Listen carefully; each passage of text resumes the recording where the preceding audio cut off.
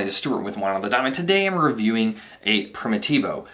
For those of you who don't know, that also means Zinfandel, and it's from Salento, which is actually one of my favorite areas, but for a totally different varietal of Italian wine. So stay tuned and let's see how this pans out.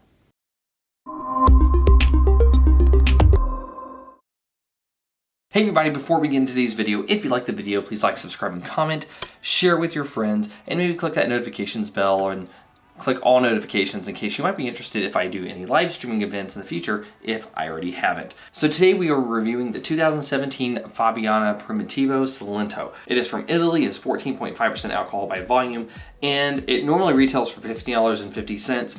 I can't remember how much I paid for it, but it wasn't that much.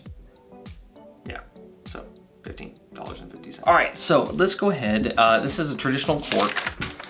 And like I said, this wine is named Primitivo when it's in Italy, but the grape varietal, as you'll know it in the United States, is Zinfandel. Red Zinfandel, not white Zinfandel, which is just, my opinion, a bastardization of Zinfandel. I know I'm supposed to be drinking it too as part of my whole, know about wine thing, but man, I just can't bring myself to do it. I just really can't. But in terms of this wine, this is I'm gonna say medium ruby, no artifacts, no cloudiness. All right, so on the nose, a little bit of alcohol on the nose, getting a little bit of black cherry, a little bit of, it's kind of like a spicy cranberry, but not spicy as in like what you would, I got a cat here floating all over this place. Freaking cats need to stay out of my studio. Not spicy as in like, peppery or anything like that. It's almost like a, kind of reminds me of like a craisin, like a mulled craisin.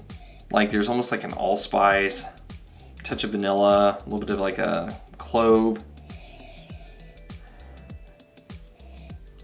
The alcohol, like I said, the alcohol is noticeable, but it's not overpowering. I'm just getting a lot of, it's gonna be hard to say. I'm just getting a lot of generic, kind of slightly aged red fruits out of this. It smells like it's gonna be jammy. But it's a 2017, I don't really feel like it should have this much development in terms of actually having the primary fruits kind of start raisioning. But I won't know if I'm crazy until I taste it. Alcohol tastes like it's high alcohol. High tannin, ooh, and it's like a very tacky tannin. Like everything feels like it's sticking together. It also, because I was right, it smelled jammy, it tastes jammy.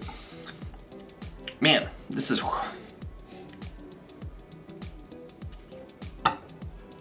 I'm gonna have to drink a whole gallon. No, squirt. I have a whole gallon of water after this. Oh man, it's just very sticky. It's a very sticky wine.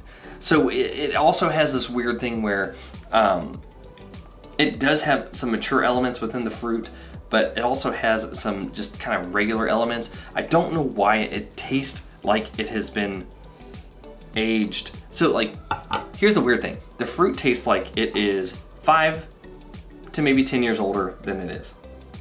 The tannins taste like they were just bottled. Like, it's scratching my throat. This is a, man, the teeth are chalky, everything. I mean, speaking of chalk, it has sort of like a chalk note to it. That kind of makes the tannins even worse. Acid is medium plus acid. Finish is medium finish. So let's go ahead and just get to the blick. I'm already starting to hit on some of those criteria. From a balance standpoint, no. There's way too many weird things going on with this wine. The structure's too jammy. It's too kind of like tacky. Everything, all that stuff is going on. The alcohol tastes way higher than 14.5. It tastes like it's like 15.5, almost 16%. It's super high. It doesn't smell like it, but it tastes like it. Yeah, see, that's not bad, but when I taste it, that hits you. So not gonna give you a point for balance. Length, medium finish, half a point. Intensity, Nose intensity is medium. Palate intensity is medium plus. I'll give you half a point. And then for complexity, I am getting some secondary, I am getting some tertiary, I am getting some primary. I don't know if I should be getting as much tertiary as I am, but I am. On that note, I'll go ahead and give you a full point. So ultimately that gives you 2 points. I have to give you good, but honestly the structure is so annoying to me on this wine, I'm just gonna give you okay instead. I know I'm gonna break my own rule, but I'm gonna give you okay, and here's the deal with this wine. If you buy this wine, drink it within now to a year from now. If this thing already has as much development as it has, I mean, who knows, maybe it was improperly stored from where I got it from, but if it already has this much development, it's not gonna hang around for a really long time.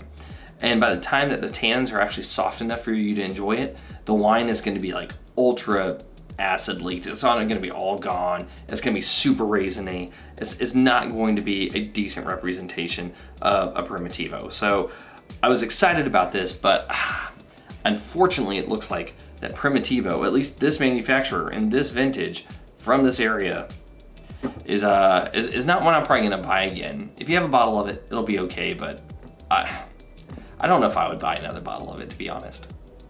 Anyway, this has been Stuart with Wine on the Dime. If you liked today's video, please like, subscribe, and comment. Have you had the Fabiana Primitivo Salento 2017 from Italy? I'd be interested to know if you have. Leave a comment below. And am I wrong? If I'm really wrong about this and you enjoy the hell out of this wine, please let me know. In the event that I'm right, and all cool, you know, pat on my back and everything, but I'd actually prefer to hear from the people who actually like this wine and why they like it. So if you really do like this wine, leave a comment below. And I'll see y'all again soon with another episode from Wine on the Dime.